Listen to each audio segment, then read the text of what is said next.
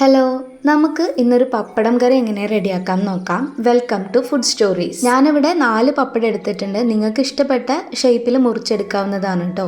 എന്നിട്ട് ഇതിനെ നമ്മളൊന്ന് ഫ്രൈ ചെയ്തെടുത്തിട്ടുണ്ട്. ഫ്രൈ ചെയ്തെടുത്ത് അതേ പാനിലേക്ക് നമ്മൾ വേറെ വെളിച്ചെണ്ണ ആഡ് ചെയ്യേണ്ട. ഏകദേശം 2 ടീസ്പൂൺ അളവിൽ ബാക്കി വരുന്നുണ്ട്. അതിലേക്ക് 1/2 ടീസ്പൂൺ അളവിൽ കടുക് ചേർത്തൊന്ന് പൊട്ടിച്ചെടുക്കാം.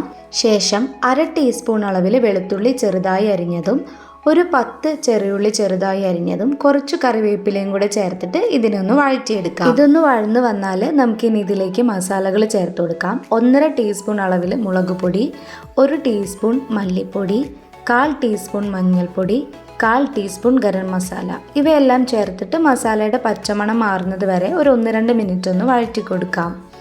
എല്ലാം ഒന്ന് വഴന്ന് വന്നാൽ ഇതിലേക്ക് ഇനി നമ്മൾ ചേർത്ത് കൊടുക്കുന്നത് 1 കപ്പ് അളവിൽ വെള്ളമാണ്. വെള്ളം ചേർത്ത് കൊടുത്തു കഴിഞ്ഞാൽ നമുക്കിതിനൊന്ന് ഇളക്കി കൊടുക്കാം. ഇനി നമ്മൾ ഇതിലേക്ക് ഒരു 1/4 ടീസ്പൂൺ അളവിൽ ഉപ്പ് ചേർത്ത് കൊടുക്കുന്നുണ്ട്.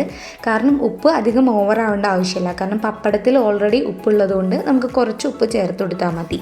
ഇനി ഇതൊന്ന് തിളച്ച് വരുന്ന സമയത്ത് നമ്മൾ നേരത്തെ ഫ്രൈ ചെയ്ത് കൊടുത്തിട്ടുള്ള പപ്പടം ഇതിലേക്കൊന്ന് ഇട്ട് കൊടുക്കാം. പപ്പടം എല്ലാം ഇട്ട് കൊടുത്തതിന് ശേഷം ഇതിനെ ഒന്ന് ഇളക്കി കൊടുക്കാം. എല്ലാം ഒന്ന് ഇളക്കി കൊടുത്തതിന് ശേഷം ഇതിനെ നമുക്കൊരു 2 മിനിറ്റ് ഒന്ന് അടച്ചു വെച്ച് വേവിക്കാം.